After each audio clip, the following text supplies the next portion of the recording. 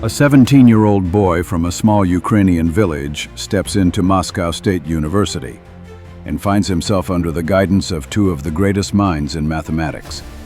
He discovered truths that unified entire branches of mathematics, from Banach algebras to representation theory, from topology to the very language of physics. While purges silenced thousands, he stayed and founded a seminar that became legendary, a sanctuary of pure thought in an age of fear. He wasn't just solving equations, he was teaching a generation how to think freely. This is Israel Gelfand, a mind that built bridges between algebra, life, and the infinite.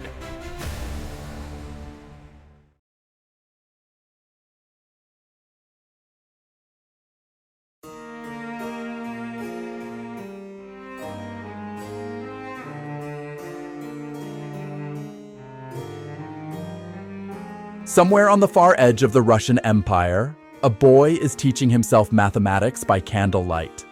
His name is Israel Moisevich Gelfand. Born in 1913 in a tiny Jewish village called Okny.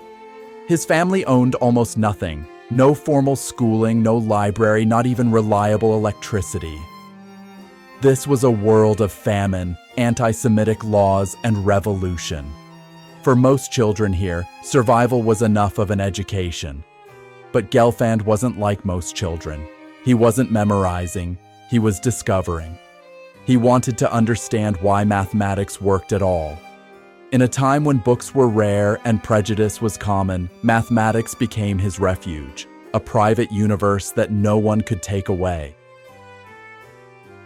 At 17, Gelfand left that small village and entered the beating heart of Soviet science, Moscow State University. Here he met two of the brightest mathematical minds in history, Andrei Kolmogorov, the architect of probability theory, and Pavel Alexandrov, master of topology. These weren't just teachers, they were creators of new worlds. Under Stalin's shadow, when freedom was rationed and truth could be dangerous, mathematics was one of the few places you could still be free. And in that space, Gelfand thrived. Gelfand's brilliance was impossible to ignore.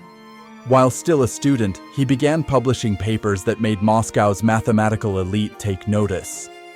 By 1938, he unveiled a result that would echo for decades, the Gelfand-Mazur theorem.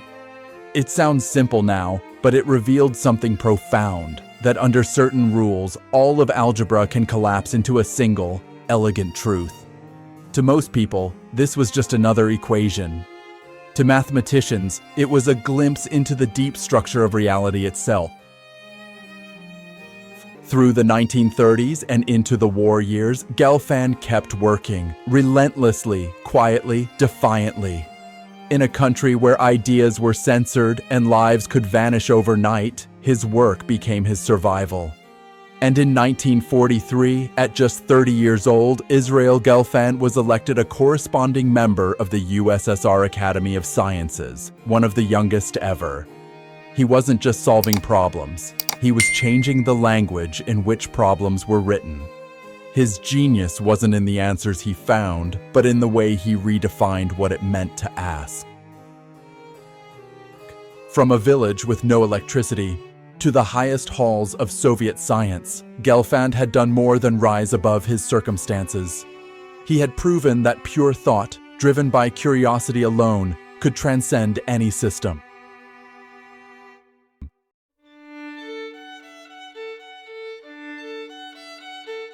In June 1941, the silence of equations was broken by the roar of war. As Nazi troops advanced, the Soviet Union began one of the largest evacuations in history. Entire institutes, scientists, mathematicians, engineers, were loaded onto trains heading east. Among them was Israel Gelfand, a mathematician whose world had always existed far beyond politics. And yet, now, his survival depended on it. Even under tyranny, his equations sought truth, not obedience. Like many Soviet scientists, Gelfand turned his intellect toward the war effort, contributing to applied problems in ballistics and control systems. But his heart was elsewhere, in the pure mathematics that could not be weaponized. He lived through Stalin's purges when friends and colleagues disappeared overnight. But through it all, he never joined the chorus of fear. His defiance was subtle, he kept thinking. When the war ended, Moscow was rebuilding not just its streets, but its science. And out of the ruins, Gelfand built something extraordinary. Every Monday evening, in a cramped classroom at Moscow State University, mathematicians would gather for what became known simply as the Gelfand Seminar. He would speak in riddles that only made sense years later. For many, it wasn't a seminar. It was initiation into a new way of thinking. And while the world outside divided into ideologies, Gelfand built bridges between algebra and analysis, between logic and life.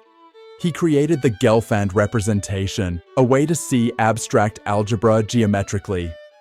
With Naimark, he proved the Gelfand-Naimark theorem, linking algebra to quantum physics through the strange beauty of C-star algebras.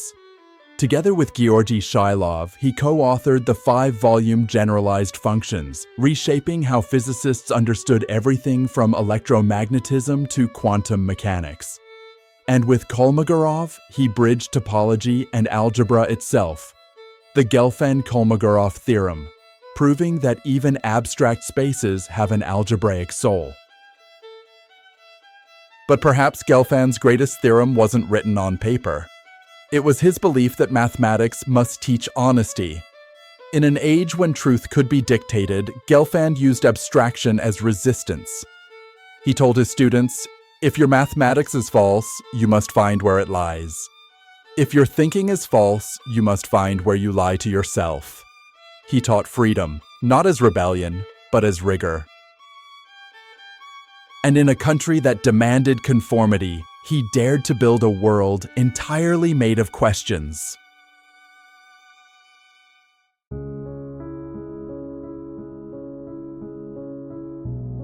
In the 1960s, the Soviet Union was vast, 11 time zones wide. Millions of bright young minds lived in remote towns, hundreds of miles from any real university. And yet, in the middle of this isolation, Israel Gelfand imagined something radical: a classroom with no walls. He called it the Gelfand Correspondence Program. Students across the Soviet Union would receive handwritten math problems in the mail. They'd solve them, send them back, and receive feedback from real mathematicians. Thousands of teenagers, from Siberia to the Black Sea, were suddenly part of a secret network of learning. Not propaganda, not ideology, just truth, wrapped in an envelope. To bring his vision to life, Gelfand partnered with Tatyana Alexandrova, an educator who believed that every child could learn mathematics if only they were taught to think.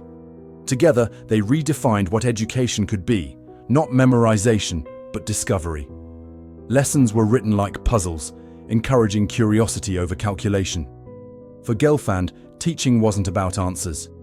It was about the moment of realization, that spark when confusion turns into clarity. If you truly understand something, you can explain it to a child. To Gelfand, simplicity wasn't the opposite of depth. It was the proof of it. By now, his seminar had become legend. Every Monday night, scientists, artists, philosophers, even poets crammed into a small room at Moscow State University. There were no grades, no hierarchy, no fear. Just questions. Endless questions. Some who came would later become the world's greatest mathematicians. Others said the seminar changed their lives, not because they learned mathematics, but because they learned how to think. He believed that mathematics, stripped of politics and prejudice, could be a moral act. That teaching someone to think clearly was the purest form of liberation. Every problem solved was a small act of rebellion. Every student who learned to question became, in some small way, free.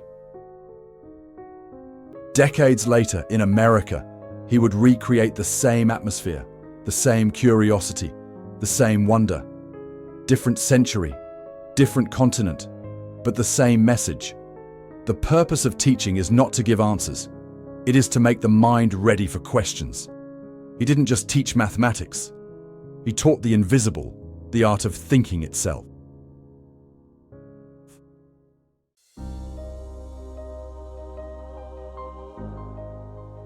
In 1989, after a lifetime in the Soviet Union, a 76-year-old mathematician packed his notebooks and left. His name was already legendary in every corner of mathematics. But Israel Gelfand was not chasing fame, he was chasing freedom.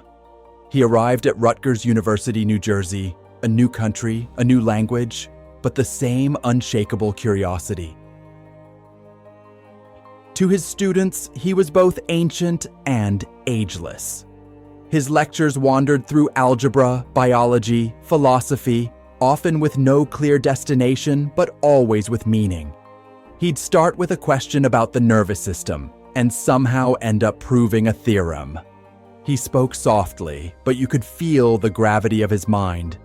Every question, every idea, treated as if it might unlock the universe. Soon, he revived his tradition, the Gelfand Seminar, but now in America. No syllabus, no agenda, no hierarchy. It was less a lecture, more a living organism, unpredictable, profound, sometimes frustrating, always unforgettable. He made you feel like every question mattered, because to him, it did. Even in his 80s, he refused to stand still.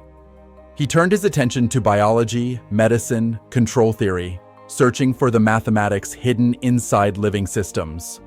Where others saw chaos, Gelfand saw patterns, feedback loops, stability, emergence. The mathematics of life itself. He never stopped asking questions, never stopped learning, as if thinking itself was a kind of prayer. He never chased prizes, yet they found him. Because his work had already outlived empires. For Gelfand, the real award was simpler, a student's understanding, a question honestly asked. In his final years, he kept teaching, kept corresponding with students across the world, kept believing that knowledge was a moral act. Israel Gelfand died at the age of 96. But his mind, the one that saw truth in everything, never really stopped. His theorems live in physics, in computer science, in the logic of the universe itself. But his greatest formula was human, the belief that understanding is a moral act. Mathematics, he said, is the art of honest thought. Israel Gelfand, the mathematician who thought in truth.